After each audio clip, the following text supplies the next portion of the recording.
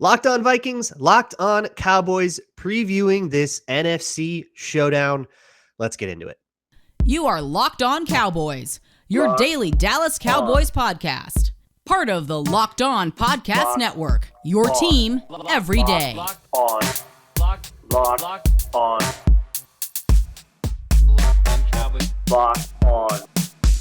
Cowboys.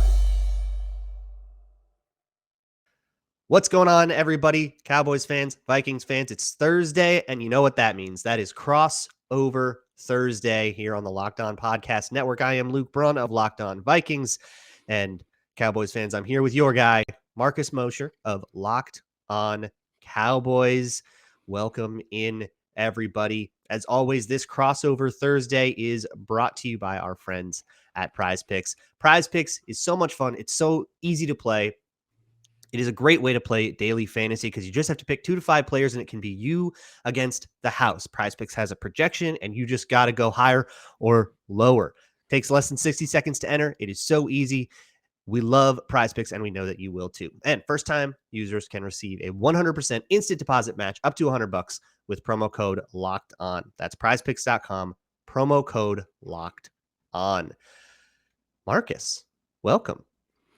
Luke, how's it going? So this is quite the season for Minnesota so far, huh?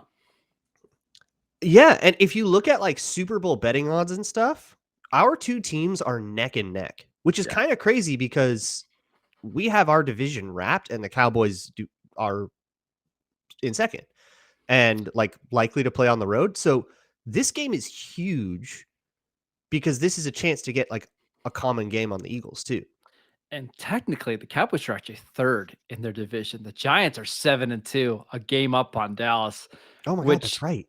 Yeah, but the betting markets believe that the Cowboys are just better than the Giants. They've already beaten the Giants in New York. But it's a huge game because if the Cowboys can win, and we'll see if the Eagles slip up here over the next couple of weeks, it gives you a chance to maybe steal the division.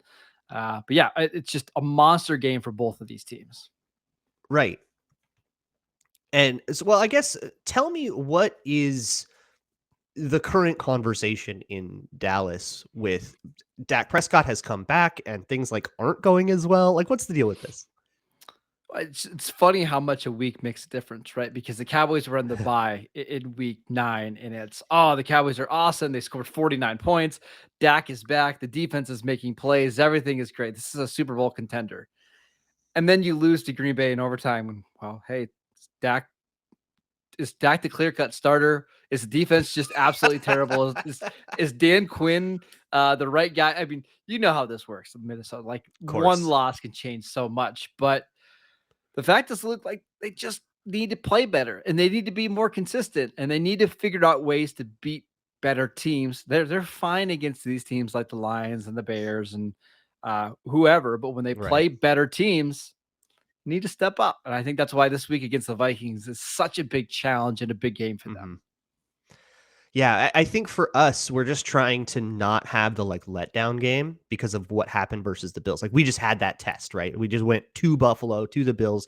Are you going to be able to keep up? Are you going to look like a real team against them? Come away with the dub and then come back against the Cowboys, another playoff team, and try not to have, that game was so emotional with its twists and turns and the locker room was so stunned that they won. I mean, it was like this palpable sense of like, wait, was that real? And when we've been in this situation before, I think it's a Vikings fan thing to just always be looking for how the other shoe is going to drop. Yep. We're too used to it, when good things happen. So I think we too are waiting for that one game, like that Packers overtime game for you guys. It's probably a good thing that the Vikings are playing the Cowboys this week rather than playing the Colts or the Panthers or something like that. Yeah, because you can't start saying trap game. And you can't say trap game, first of all, against a team that's 6-3, and then against the Dallas Cowboys. You're third in the division. Not even good. Right. It's a primetime game. I mean, like, it's not a primetime game, but it's like the big Fox game of the week. Everybody's going to be watching this game. I don't think you're going to come into this game and be flat. Like, I just don't see that happening. It's hard to know because we don't know how resilient Kevin O'Connell's culture is to this kind of thing. They really proved a lot about the culture after they lost to Philadelphia on Monday night, and they really got their teeth kicked in there. And they came back scrappy and fighting. And I think the Bills game was a microcosm of that too. Really kicked in the teeth, down 17, and they fought and they never gave up. And there's a lot of they definitely don't have any quit in them. And that is just something to know, I think, about the Vikings this year is no lead is safe on either side of the ball. They've got a little bit of Chargers in them in that way where the game doesn't start till the last 5 minutes of it. Because they've been down 2 scores on the road for 2 weeks in a row now, and they came back and won both of those games. And they've had to make comebacks at home too. They've given up leads. It's been a volatile experience, and yeah, I guess that's it. It makes it so hard to know what's going to happen in this game because it's such a quarter by quarter proposition. And this game is going to be weird for a couple different reasons. Both of these teams are coming off overtime games, right? Where just super physical and emotional games. Minnesota won their overtime game. The Cowboys lost. Is it going to bleed into? Is the Cowboys loss going to bleed into the first quarter of this game, or will the Vikings, maybe start the game off a little slow after winning last week? I'm really curious to see just what the first 10 minutes of this game look like, because I think that's going to tell us a lot. Yeah, and there's a few injury notes that we're keeping an eye on. And full disclosure, we're recording this before we've seen any injury reports, so we don't know. But we've got a couple of really key players in the concussion protocol in Cam Dantzler, who would be replaced, or in Caleb Evans, who's replacing Cam Dantzler, who's on IR. So we'd be down to a third stringer there, who might be Duke Shelley, who stole off the Bears practice squad 14 days ago. And then also Christian Darrisaw, who has been playing one of the best left tackles in the league, genuinely elite. And without him, it would be Blake Brandel, who is a serviceable backup, but a backup. I'm going to think that he would see a little bit of Micah Parsons. Yes. And then on the Cowboys side of things, they've already lost Jordan Lewis, their slot cornerback for the season. Anthony Braun, their number 2 corner, left the game with a concussion on Sunday. And as soon as Deron Bland, a 5th-round pick from Fresno State, came in, Rodgers just saw that right away. And it's like, okay, that's who I'm picking on the rest of the game. And he happened to throw 3 touchdowns to Christian Watson. So that's another injury on the Dallas side. If Anthony Brown can't play, Justin Jefferson might go for 200 in this game. It's possible. Yeah. And that's going to be how you deal with Justin Jefferson is the most interesting thing. I ask everybody on these crossovers, what's the plan to deal with Justin Jefferson? Because some teams have decided they're going to, cap him, and then they're going to put a poach safety on the other side, and then they're going to have a corner in trail, and they're just going to have everything just funneling toward Jefferson. And I'm sorry, Vikings, you've got to figure out a different way to beat us. And then some teams will just say, hey, we've got one guy we trust a lot. We're going to have him shadow. Would you do that with Trevon Diggs and stuff? No. That is no. That's not the move. No chance. I think Diggs is going to try to convince Dan Quinn and the Cowboys to do that, but I would be shocked if that's the case. I think what the Cowboys will do, if Anthony Brown is healthy, they'll line him up against Justin Jefferson, and they'll occasionally throw some doubles on him. And they're just going to dare Kirk Cousins to throw the ball to Justin Jefferson 15 times in this game. Okay, and if you want to test, and if you want to test the other corners and you want to test the middle of the field, that's great. But Jefferson can get his. We dare you to throw the ball to Adam Thielen. Got it. Yeah. So the story of the last few weeks has been that O'Connell has basically told Kirk Cousins, dude, just throw it up to this guy. And Cousins is look at him. He's just, sure, why not? Just throw it to the moon and watch him climb the ladder and get up to it. So those contested catch moments are, the catch that everybody saw. Yep. But it's been a whole bunch like that. It's been a whole bunch of touchdowns like that. Anytime you get Justin Jefferson in one-on-one coverage, the ball is going there, even if it has to be a 50-50 ball. Cousins is just locked into that. So if you're going to let it happen, then that's going to be where the game goes. that Justin Jefferson catch, second best catch I've ever seen. The only one that I think is better is by future Dallas Cowboys wide receiver Odell Beckham. That's the only one. You mean future Viking and Oh, big brother figure to Justin Jefferson, Odell yeah, Beckham. I got a little bit of the LSU connection there. I guess I could see it. Yeah. We should talk about some of the other matchups in this game, and we also got some predictions coming up. So we will get into all of that in just a moment. First things first, though, let's talk about look, it is a special time of year coming up. And if you perhaps have a very special question you want to ask to a very special someone, you might need a piece of jewelry to go with that. And that is what Blue Nile is for. Blue Nile is a great tool to help you if you need to know what you're doing. Like, do you know what a princess cut is? Are you having trouble choosing? And it can be for a proposal, like I was hinting at, or just an anniversary, or the holidays, or just to celebrate that special someone. You don't need a reason, right? BlueNile.com is the place that will let you choose diamond shape, size, and clarity, setting style, and they have 24/7 experts on hand to help you make sense of all of that. And you can shop stress-free with Blue Nile's 100% satisfaction guarantee. So make your moment sparkle with Blue Nile. Go to BlueNile.com and use code LOCKEDON to save $50 on your purchase of $500 or more. That's Blue Nile, BlueNile.com. Code locked on to save $50 on your purchase of $500 or more. BlueNile.com, code locked on. If you're looking for something a little smaller, perhaps for this time of year, Tommy John is already having its Black Friday sale. So get in while the getting's good. Tommy Johns are the most comfortable underwear you will ever meet in your life. They are absolutely joyful. And they have all kinds of selections from underwear, loungewear, and pajamas. They have comfy, non-pilling micromodal fabric. That means no lint balls or fuzz kicking around, and luxuriously soft tri-blend fabric. This is the good stuff, folks. They have over 18 million pairs sold, giving Tommy John the place in the world as a holiday tradition. So shop Tommy John's Black Friday sale going on right now, and you can get 30% off anything site-wide at TommyJohn.com/lockedon. 30% off of everything right now at TommyJohn.com/lockedon. TommyJohn.com/lockedon one more time. See site for all details. So, thank you so much for making this Crossover Thursday your first listen of the day. For your second listen, go check out Locked On Sports Today. Our good pal Peter Bukowski breaking down things sports-wide, all over the place. NBA, NHL, of course, NFL things, and everything else in the wide world of sports. Marcus, we talked a little bit about the Jefferson thing, and that probably will be one of the biggest stories going into the game. And we always have a little bit of fun with the Jefferson CeeDee Lamb thing. But what are some of the other matchups that you are looking at in this one that will define the result? I mean, there's a couple that I'm just absolutely terrified about. Let's just get into those ones. Zadarius Smith against Tyler Smith, the Cowboys rookie left tackle.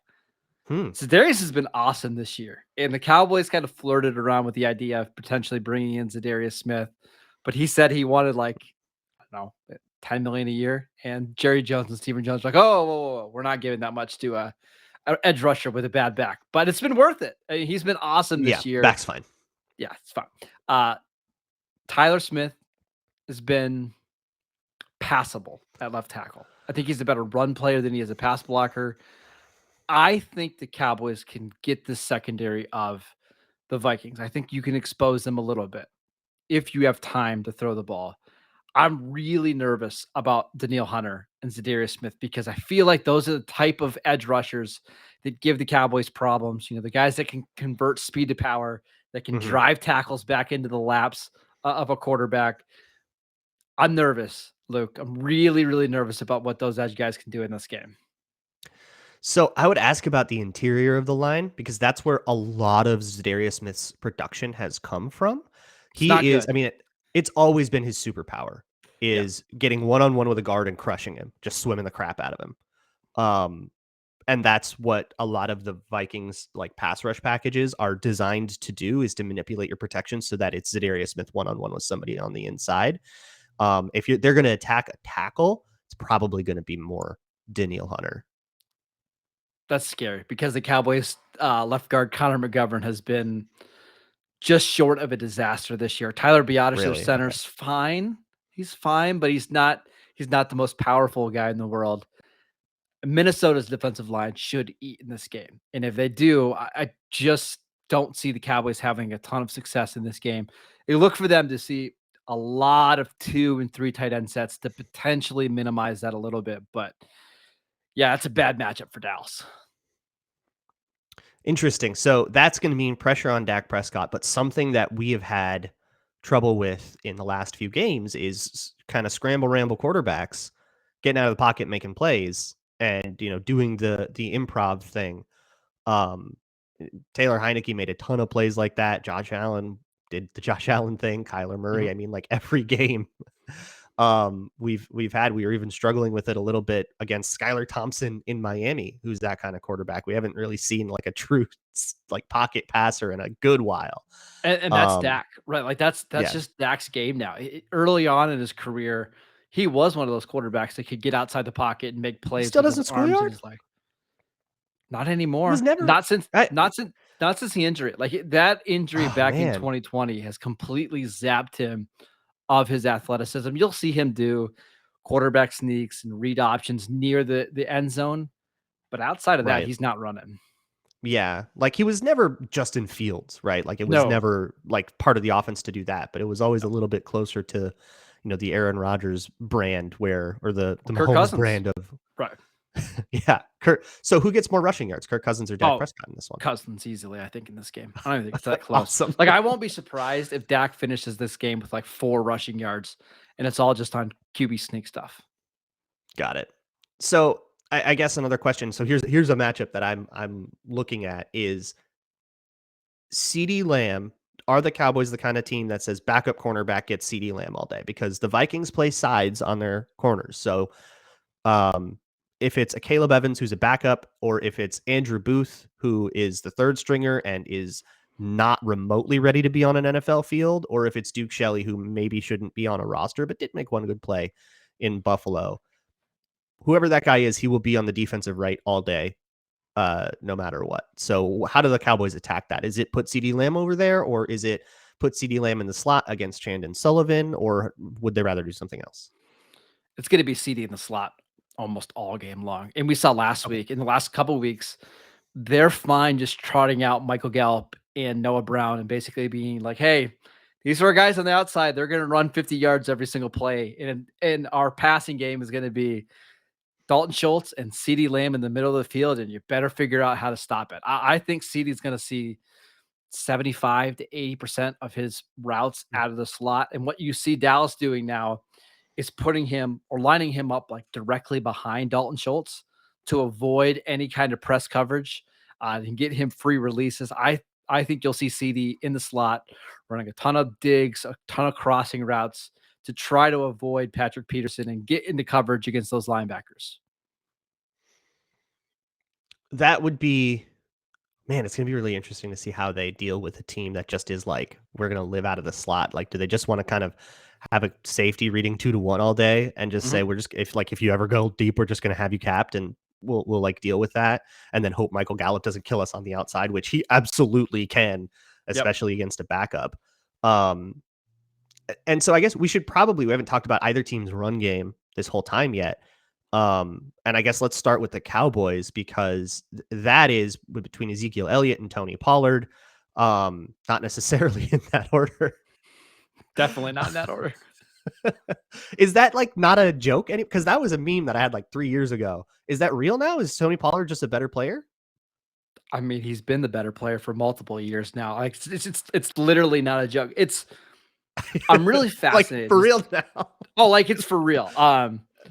Tony Pollard has started 3 games in his NFL career without Ezekiel Elliott, and he has like 450 yards and 6 touchdowns in those 3 games. Like it's absolutely insane. And what's funny, I'm sure Vikings fans don't know this, but he had against the Bears 2 weeks ago, like 116 yards and 3 touchdowns on 14 touches. And the Cowboys running back coach is like, well, we didn't give him more work because 30 snaps is his limit as a player. After that, his production just goes way down.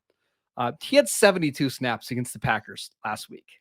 and I think he averaged 8 yards a touch after the 30th snap. Love to go on the podium and lie. Yeah. I'm going to be fascinated to see what happens with Ezekiel Elliott in this game for a couple of reasons. Number one, I expect him to be back. He's missed the last 2 games with an injury. But also the Cowboys play on Thanksgiving, so 4 days later against the Giants, which frankly is a more important game. Do they just use up Ezekiel Elliott in this game and basically know that he's going to be done for on Thursday? Or is this a game where they lean on Pollard and they kind of try to keep Zeke fresh for Thursday? I'm not sure how that's going to play out. But I think the Vikings would be more than happy to see Ezekiel Elliott on the field rather than Tony Pollard. Okay. So how that matches up is going to be interesting because the Vikings currently lead the league in light boxes. They love to leave those safeties up on the roof. They will give you too high every play. That's part of how they disguise their coverages is by every coverage looks exactly the same pre-snap, and you just kind of make the safeties rotate to whatever they're going to do. But it means light boxes all day, and it's essentially daring them to run. And efficiency-wise, they have one of the better run defenses in the league by this point, especially if you take out the first couple weeks when they were still figuring things out. So it'll be really interesting to see if the Tony Pollard version and this Cowboys run game, which, as you described, has been very formidable, can finally be the team to punish that. But the Bills couldn't really punish it the way they wanted to. Washington couldn't really punish it the way they wanted to. And the other teams have really struggled to get that going unless it's quarterback running Kyler Murray or Josh Allen.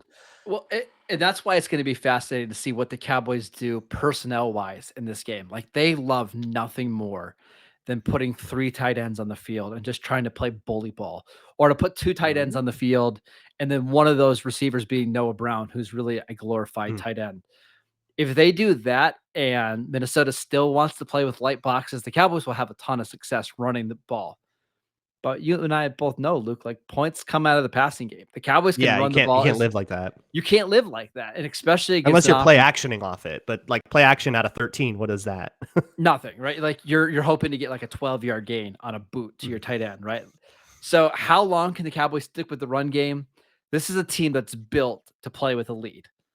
Okay. Last couple games, they've had a lead and they've blown a little bit of it. But if the Cowboys get behind in this game, I think that's where they're really going to struggle. Gotcha. Well, so currently, and I'm gonna tease this, the betting line at BetOnline, as I look at it right now, is Cowboys are favored by 1. They opened as 2-point favorites, and I think bettors hit the Vikings pretty hard, so it went down by a point. But the Cowboys are still favored, and I'm curious to get your thoughts on that in just a moment. But first, let's talk about BetOnline itself. Yes. Absolutely. BetOnline.net is your number one source for sports betting info, stats, news, and analysis. Get the latest odds and trends for every professional sport and amateur league out there, from football to basketball to soccer and esports. They've got it all at betonline.net. And if you love sports podcasts, and we know that you do because you're listening to this podcast right now, you can also find those at BetOnline as well. It is the fastest and easiest way to get your betting fix. Head to the website today or use your mobile device to learn more. BetOnline, where the game starts.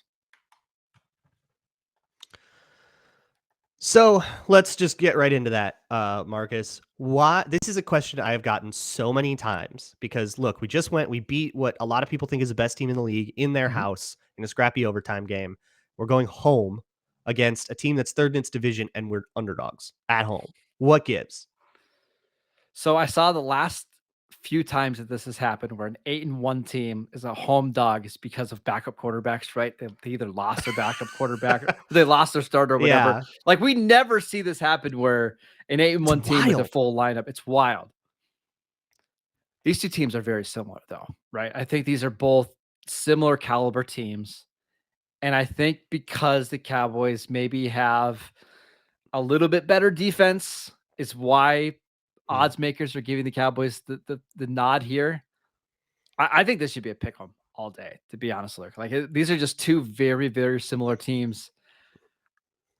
My gut tells me the Cowboys are going to win this game, but every time I look at the matchups, I think, man, Minnesota's just better here. They're going to win this matchup. They're going to win this matchup. I expect a super, super close game that comes down to the final possession, much like the last 2 games that the Vikings and the Cowboys have played. I just don't see either team blowing each other out. Right. And the Vikings have not played in a 2-score game since week 2. So take your little win on Bet Online, I Yeah. guess, because they haven't won a game by less than 8 yet, or by more than 8 yet, except for the Packers game at the very beginning of the season. I guess, yeah, I haven't really talked about what exactly it is that makes that defense go. You talked a little bit about how they're banged up in the secondary, but I mean, obviously Micah Parsons is a game wrecker. We sort of talked about that, Mhm. but this Cowboys defense is a very well respected unit, and I'm going to be honest, I don't know a lot about it. So, what is the identity here? I think it's pretty simple. The NFL rate when it comes to stunts, pass rush stunts, is like 12%. Um, Dan Quinn is using stunts on about 42% of passing plays right now for the Cowboys, which is Oh my just God! insane. And all They 4-man are rushes. on 4-man rushes. They are an Oh, insane, stunning team right now. Their pressure rates are ridiculous. They can create pressure with their front four. DeMarcus Lawrence is having arguably the best season of his career. Dorrance wow! Armstrong, their third defensive end, is having a bunch of sacks. They got a sack last week from Sam Williams, their second round pick. Like, they are 5 deep on the defensive line. I didn't even mention Dante Fowler. They can create pressure with 4 players better than anybody else. And when you look at like their third and long splits, it's unreal. Like, teams are converting third and longs at like 4% of the time against Dallas. So when the Cowboys get you in a third and long, you're done. It's just getting there the last couple of weeks has been the problem. Sure. Green Bay never had a 3rd and 6 or longer against the Cowboys last week. And Wow. that's why they were able to keep drives alive and to continue playing the way they did. Interesting. And is that, did they run on it? Is that how they did it? They basically just ran every first and second down, and they dared Okay. Dallas to try to stop the run, and they didn't, because they just didn't want to give up big plays. And then when they finally did come down to stop the run, Aaron Rodgers hit him over the top to Christian Watson. Got you. Setting it up all day. Um, okay. So here's the thing. Garrett Bradbury has had a much better season than he's had in the past. Um, Ezra Cleveland has also taken a bit of a step forward. And then there's Mhm. Ed Ingram, rookie right guard. He's struggled a bunch with stunts, and stunt pickups and stuff. So I wonder if they see all that on tape and it's even just the analytics of it, that 42% stat. Um, I wonder if that becomes an emphasis in the week, is Mhm. trying to get better at passing and picking up stunts, and just understanding that when a guy is looping, you got to come off your double and come take him. Yep. And not to get too, not to get too deep into a crash rush, like, if somebody crosses your face, let them, that kind of thing. Um, that will be probably a really big emphasis in the O-line room, and I think if the Cowboys do win this game, we are looking at that as the reason, as right, this was just an offensive line fell apart game. If you go back a couple weeks and watch the Commanders game, Commanders have a heck of a front four, Mhm. and Jonathan Allen had the game of his life. He Yep. took Ezra Cleveland to the cleaners. So if that's going to be the kind of day we're up against, and we're just going to have, Kirk Cousins under pressure 55% of the time, that will definitely, I mean, that'll kill any offense. And that's the kind of thing that, whether you're at home or on the road in the playoffs, and maybe this is one of those things that makes the Cowboys more of a Super Bowl contender than most projected wild card teams would be. If you can rush with 4 and keep 2 safeties on the roof, um, it's really hard to move the ball no matter what your offense is. So that will probably keep a lid on the Vikings. If they can get Justin Jefferson open against what we talked about before, like Anthony Brown or whoever, maybe that doesn't matter if the stunt gets home. Well, and here's going to be the difference in this game is tackling. The Cowboys are a horrendous tackling team in the Really? secondary. They're just bad on that side. So the Cowboys will blitz. They'll give you 4-man stuns. They'll get pressure. But if they hit Justin Jefferson on a slant and he goes 65 yards, sometimes it doesn't matter how Yeah. often you're creating pressures and stuff. So that's what to look out for. I expect Cousins to be under pressure a lot in this game. It's just, can he make the throws? And can the guys after the catch make big plays? If the answer is yes, I see the Vikings scoring 28, 31 points in this game pretty easily. Interesting. So that would be, I believe that would hit their over. So the over under this game is actually 47. And again, the Cowboys are favored by 1. Um, Real quick, do you have a score prediction on that line? That implies like a 24-23 Cowboys victory. Yeah, I think I said my gut says that the Cowboys are going to win like 27-24. I'll stick with that number. That All feels right. about right, but I could see either team flipping. Like I could see the Vikings winning it that way. I could see the Cowboys winning that way. But this just isn't going to be, Luke, a 20-17 game. Like these offenses are too balanced. They have too many explosive players, and I think the offensive lines are good enough overall that you're going to be able to make plays down the field. So I see both these teams scoring mid to upper 20s. So I see this as a game where offensive lines hold these teams hostage a little bit. These D lines are good. Like you mentioned with DeMarcus Lawrence, Micah Parsons, and all that. The Vikings may not have Christian Darrisaw, which means they won't be able. They've been sliding every protection away from Darrisaw, basically putting Darrisaw on an island, and it's helped everybody else because they all get to constantly be helping each other. Yep. Not having that is going to expose a lot of stuff that's been papered over against this D line. I cannot, in any good conscience, pick against the Vikings after they beat the Bills. I just can't do that. But I do see this being close. I'm going to go 21-20 Vikings. So I'll take the under on that, just because I do think the O-lines are going to struggle a little bit more in this one. This is going to be a fun game, though. Like I that's the thing It's I'm gotta really be. looking forward to. It's going to be a fun game. I don't see either team blowing each other out. Like it's just not going to happen. Plus, we haven't seen the Vikings and Cowboys do that since like Thanksgiving when I was like 90s, 7. yeah. Yeah, since Randy Moss. So this also could be a playoff preview. We might see a wild card I hope weekend. not. Yeah, I hope Give me for the Seattle Seahawks in or round something. 1, Yeah. please. All right. Hey, who said anything about round 1? You guys aren't playing in round 1. Marcus. What are you talking about? Yeah, right. Marcus, thank you so much for hanging out on this crossover Thursday. For Cowboys fans, I am Luke Braun. You can find me on Locked On Vikings wherever you listen to this show. And for Vikings fans, you can find Marcus Mosher on Locked On Cowboys, as well as Locked On Dynasty Football, right? Yeah, absolutely. We got shows 5 days a week over there. Make sure you're checking it out. If you're into Dynasty Fantasy, looking for an edge, go check that out. And we will see you all next time.